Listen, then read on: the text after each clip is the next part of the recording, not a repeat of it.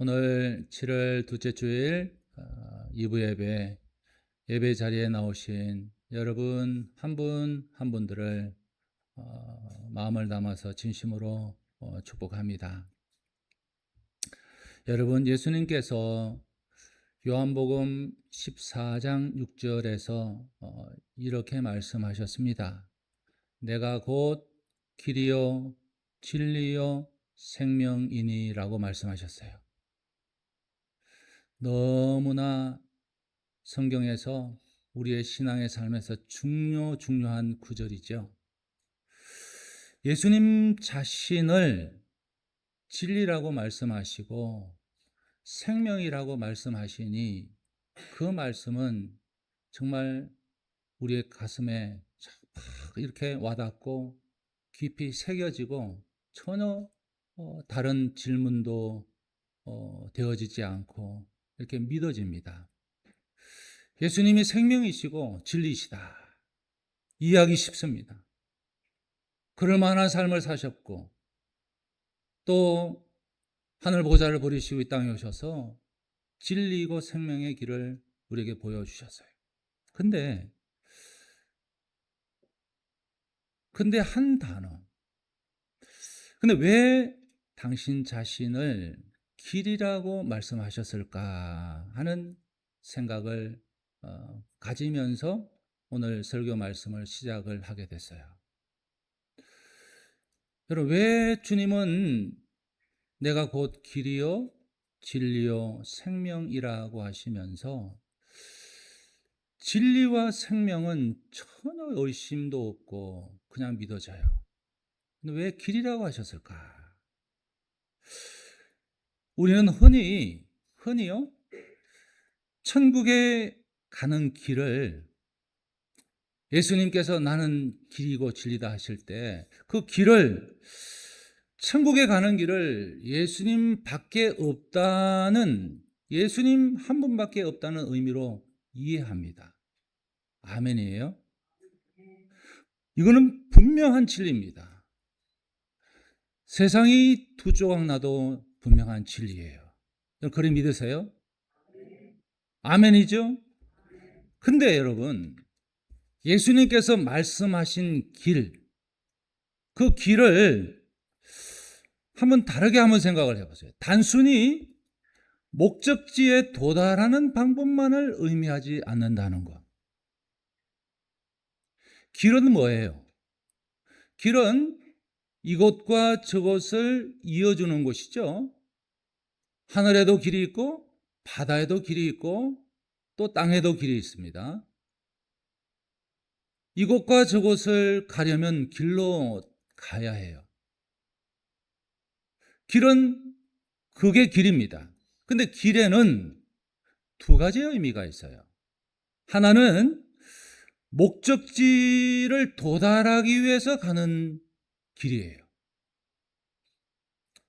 목적지에 가려면 길로 가야 돼요.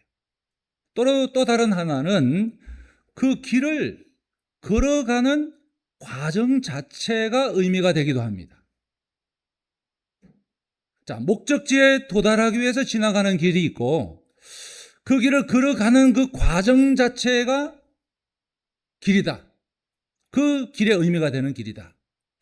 여러분, 자, 이런 의미를 가지고 신앙의 삶도 그렇다고 말씀을 드리고 싶어요. 우리가 가지는 신앙의 삶, 우리는 하나님 나라라는 목적지를 향해서 걸어갑니다. 아멘이에요? 우리는 모두 다 예수 믿고 구원받아서 우리가 가는 목적지는 천국입니다.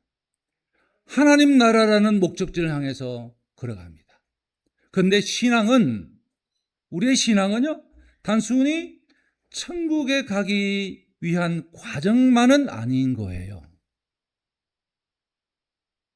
여기에 델리케이션이 있고, 여기에 우리의 과업이 있고, 숙제가 있고, 에이전더가 있습니다. 신앙은 단지 천국에 가기 위한 과정만은 아니다. 자, 하나님과 함께 천국을 향해서 걷는 동안에 우리의 모습이 변화되고 하나님을 알아가고 하나님의 사람으로 만들어져 가는 그 길이 신앙입니다. 하나님은 그걸 우리에게 원하세요. 그래서 신앙의 길은 결국 나와 싸우는 길이고요. 하나님과 씨름하는 길이 신앙의 길이에요. 자, 목적지를 향해서 지나가는 길, 그리고 그 길을 걸어가는 과정 자체가 의미가 되는 그 길에, 그 신앙의 길에 결국은 그 길은 나와 싸우는 길이고 하나님과 씨름하는 길이다. 자, 처음 우리가 신앙생활을 할 때는 우리의 신앙을요, 다른 사람과 싸움이라고 생각할 때가 많아요. 다른 사람하고 싸움이라고 생각하는 경우가 많아요. 나는 안 싸웠는데? 이렇게 생각하실 수도 있는데요. 우리는 사실 그렇게 신앙생활하고 교회생활을 했습니다. 내가 저 인간보다 모자라지 않나? 왜 내가 얕고 죽느냐? 내가 뭐가 부족하다고? 이렇게 생각하는 싸움이 남과의 싸움이라고 생각할 때가 많아요. 내가 옳고 다른 사람이 그러다고 생각합니다. 내가 틀려도 내가 옳다 생각해요. 근데 신앙이 깊어질수록 깨닫게 됩니다. 깨닫게 돼요. 가장 큰 싸움의 대상은 다른 지체, 다른 사람이 아니라 바로 나 자신이라는 사실을 깨닫게 돼요. 가장 큰 싸움의 대상. 자, 내 안에 있는 욕심이 있습니다. 내 안에 있는 교만이 있습니다. 내 안에 있는 이기심이 하나님과 나 사이를 가로막고 있구나 하는 사실을 내가 깨닫게 되는 거예요. 내 자존심을 조금도 굽히지 못해서 가정에서 배우자나 자녀들한테 알게 모르게 상처를 주고, 내 고집을 내려놓지 못해서 교회 안에서 지체들한테, 다른 사람들한테 힘듦을 주었던 바로 내 안에 깨어지지 않는 자아와 싸우는 거예요. 내 안에 깨어지지 않는 자아와 싸우는 거예요. 예수님께서 광야에서 시험을 받으셨죠? 공생의 사역을 시작하시기 전에 광야에서 시험을 받으셨습니다. 그 시험을 받으셨을 때도 마찬가지였어요.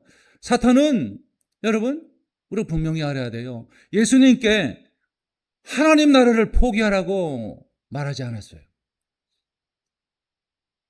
하나님 나라를 포기해라.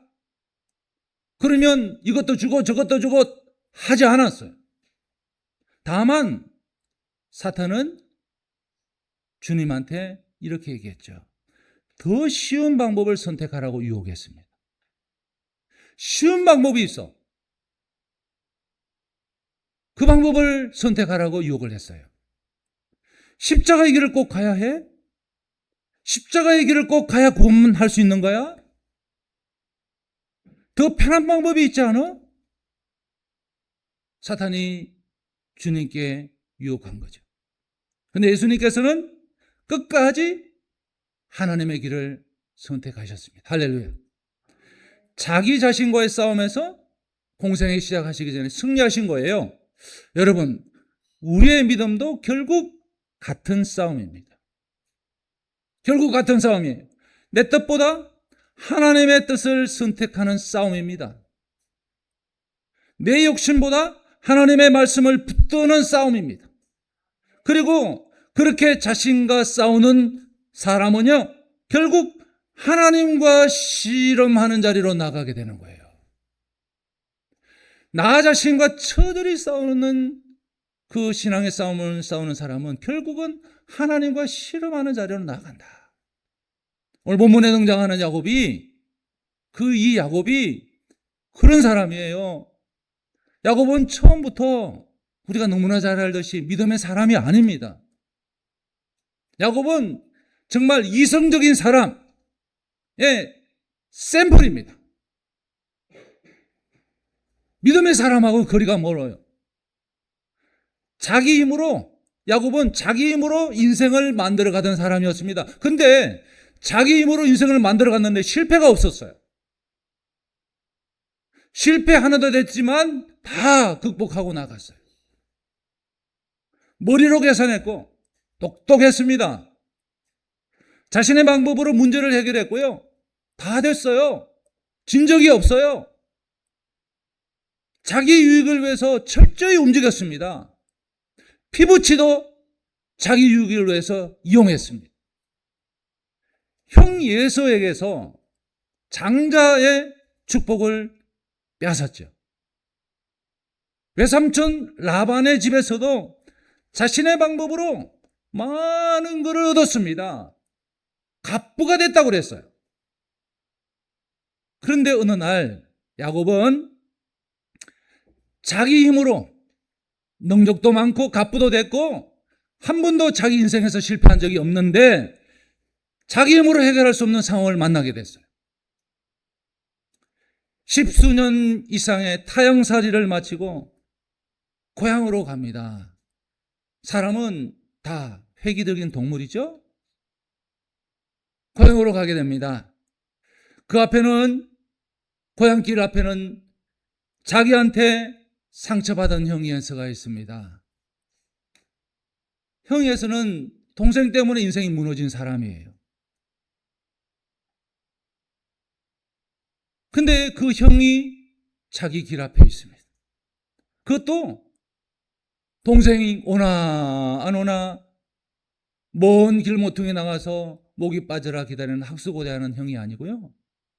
400명의 군사를 거느리고 기다리고 있습니다. 형의 그 마음을 알 수가 없어요. 죽이려고 서 있는지 살리려고 서 있는지.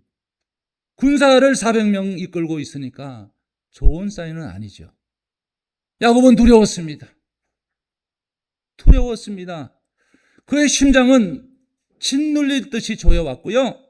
칠흑 같은 그 밤의 공기는 정말 야곱을 지독한 공포 속으로 밀어넣었습니다. 인생 처음 겪는 그런 힘듦이에요. 평생 머리를 굴리며 살아왔습니다. 위기의 순간 때마다 하나님께서 약속을 주셨어요. 다시 회복이 됐습니다. 이제는 그랬는데 이제는 도망칠 곳도 숨을 곳도 없습니다. 다시 외삼촌으로 돌아갈 수도 없고 거부가 됐다고 했는데 다 재산을 일단 형한테로 다 보냈습니다. 근데 그 재산을 받았는지 안 받았는지도 몰라요. 그래도 다른 징조가 없으니까 식솔들을 다 보냈습니다. 부인들도 보내고 자식들도 보내고 다 보냈습니다. 근데 그들이 살았는지 죽은지도 몰라요. 근데 형으로부터는 전가료는 없어요. 이제 자기 혼자 남았습니다. 야복강 가에서 혼자 남았습니다. 여러분, 하나님께서 우리를 만나는 순간이 언제입니까? 하나님이 우리를 만나는 순간이 언제예요? 내가 모든 것을 잘하고 있을 때 하나님을 만나셨어요? 다 잘되고 형통할 때 하나님을 만났어요? 내 힘으로, 내 능력으로 더 이상 될 수가 없구나. 안 되는구나. 그거를 깨닫는 순간에 우리가 주님을 만나잖아요. 주님 앞에 바짝 엎드리잖아요. 내 방법이 무너지는 순간에 우리는 주님을 만납니다. 주님밖에 해결할 사람이 없구나. 그 밤 야곱에게 하나님께서 찾아오셨습니다. 그리고 한 사람이 야곱과 실험하기 시작합니다. 저는 좀 이렇게 상상을 해봤어요. 진짜 우리 한국 실험같이 붙들었을까? 아마 그런 비슷한 상황이었던 것 같아요. 하여튼 뭐 치고받고 싸우지는 않았던 것 같아요. 하여튼 실험했습니다. 야곱은 그 사람이 누군지를 몰랐어요. 칠흑 같은 어둠, 요즘은 칠흑 같은 어둠을 우리가 잘 대면하기가 어렵죠. 저 어릴 적만 해도 사실 칠흑 같은 어둠은 바로 사람 앞에 있어도 그 얼굴을 모르는 어둠이 칠흑 같은 어둠이에요. 그러니까 그 사람이 누군지 알지 못했어요. 근데 야곱은 누군지 몰랐지만 끝까지 붙들었어요. 끝까지. 시간이 지나면서 야곱은 깨닫게 됩니다. 자신하고 씨름하고 있는 사람이 하나님이셨다는 것을 깨닫게 돼요. 나를 죽이러 온 사람이 아니라는 걸 깨닫게 됩니다. 나를 살리러 온 사람이라는 걸 깨닫게 돼요. 그 사람이 하나님이시구나를 를 깨닫게 돼요. 그분은 야곱의 허벅지 관절, 우리에게 익숙한 표현으로는 환도뼈를 치셨어요. 야곱은 큰 고통 가운데 무너졌습니다. 이제 더 이상 자기 힘으로 설 수도 버틸 수도 없게 됐어요. 근데 놀라운 것은 그 순간 야곱이 그 자신과 씨름하고 있던 하나님을 놓지 않았다는 거예요. 가야 되는데 안 놔주니까 환도뼈를 쳤는데 그래도 놓지 않았다는 거예요. 오히려 더욱 그분 하나님을 붙들었어요. 아이고야 하면서 우리가 아플 때는 아픈 곳을 손이 가잖아요. 야곱은 그럼에도 불구하고 붙들었어요. 뭐라고 하면서 붙들었습니까? 나 가야 돼. 안 됩니다. 가야 돼. 안 됩니다. 쳤어요. 그러면서 야곱이 뭐라 했어요? 당신이 내게 축복하지 아니하시면 가게 하지 않겠습니다. 당신이 내게 축복하지 않으면 못 가십니다. 바로 그때 하나님께서 야곱한테 물으셨어요. 네 이름이 뭐냐? 네 이름이 뭐야? 여러분, 하나님께서 야곱의 이름을 모르셔서 물으신 거 아니죠? 야곱의 이름을 모르셔서 물은 게 아닙니다. 야곱 자신이 자기 모습을 하나님은 보게 하신 거예요. 네 이름이 뭐냐? 이 말은 너는 지금까지 어떤 사람으로 살아왔느냐? 어떤 인간으로 살아왔느냐? 이걸 하나님이 물으신 네 이름이 뭐냐의 그 의미가 그 속에 있는 거예요. 근데 야곱은 네 이름이 뭐냐 하니까 뭐라고 대답합니까? 야곱입니다. 하여튼 그랬어요. 그 이름에는 여러분 그 사람의 삶이 담겨 있죠. 야곱이라는 이름의 뜻이 속이는 사람이에요. 사기꾼이라는 뜻이 그 속에 있어요. 자기 힘으로 살아온 사람이라는 뜻이 그 속에 있어요. 자기 방법으로 의지했던 사람이라는 의미가 야곱이라는 이름 속에 있어요. 야곱입니다. 하나님, 저 사기꾼입니다. 남을 속였습니다. 내 힘으로 살아왔습니다. 내 방법을 가지고 살아왔습니다. 저 야곱입니다. 그랬어요. 그러나 하나님께서는 그렇게 고백하는 그 이름 위에다가 새로운 은혜를 주셨습니다. 네 이름을 다시는 야곱이라 하지 말고 이스라엘이라 하리라. 할렐루야. 우리가 알듯이 이스라엘이라는 이름은요, 하나님과 씨름하는 사람이라는 뜻이에요. 지금 이스라엘이라는 나라 이름이 그 이름이에요. 하나님과 씨름하는 사람. 하나님을 이겼다는 뜻이 아니에요. 하나님을 끝까지 붙든 사람이라는 말이에요. 자기 힘으로 살던 사람이, 그래서 인생 성공도 보았던 사람이 하나님을 의지하는 사람으로 변화되었다는 뜻이 이스라엘이에요. 그리고 야곱은 하나님을 만난 그곳의 이름을 브니엘이라고 불렀어요. 브니엘은 그 뜻이 하나님의 얼굴입니다. 하나님의 얼굴이 브니엘이에요. 야곱은 하나님을 만난 사람이 됐습니다. 여러분, 오늘 이 말씀을 통해서 하나님께서도 우리에게, 저와 여러분에게 질문하십니다. 너 이름이 뭐냐? 여러분의 이름이 뭡니까? 여러분의 이름이 뭐예요? 그리고 저는요, 이 질문을 우리 섬기는 공동체를 향해서 이렇게 바꾸어서 묻고 싶어요. 우리 교회에 나는 누구입니까? 우리 교회에 나는 누구입니까? 교회는 우리가 알듯이 빌딩, 이 건물이 아닙니다. 건물이 교회가 아니에요. 교회는 프로그램도 아닙니다. 행정도 아닙니다. 교회는 하나님 앞에 변화되어 가는 사람들이 모인 공동체가 교회입니다. 그러므로 여러분 한 사람 한 사람이 바로 우리 섬기는 교회의 모습이에요.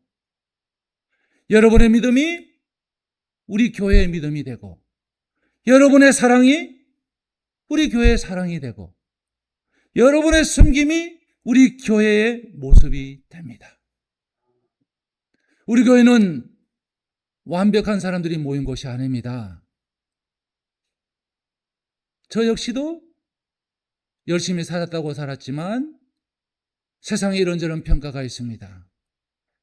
그러나 세상 법적으로는 저는 그렇게 생각하지 않기 때문에 이 자리에서 설교하고 목회하고 있습니다. 여러분들도 세상에서 듣는 여러분의 평가가 있을 거예요. 정말 저런 사람이 교회 다녀? 이런 소리도 들으실 수도 있습니다. 완벽한 사람들이 모인 교회가 아닙니다. 근데 분명한 것은 그럴지라도 하나님 앞에서 날마다 새로워지기를 원하고 결단하는 사람들이 모인 교회가 우리 교회입니다. 자기 자신과 싸우고 하나님의 뜻을 구하고 서로를 세워주는 사람들이 모이는 곳, 그곳이 우리 교회입니다. 그러므로 우리는 자신에게 물어야 돼요. 우리 교회가 그러면 나한테 뭐를 해주기를 원하는가? 20년을 지나오면서 20년이 된 우리 섬기는 교회입니다. 이 섬기는 교회가 나한테 뭘 해주기를 원하는가? 그건 저에게도 숙제이고 또 여러분 각자에도 숙제예요. 근데 그 질문만 하지 말아야 되죠.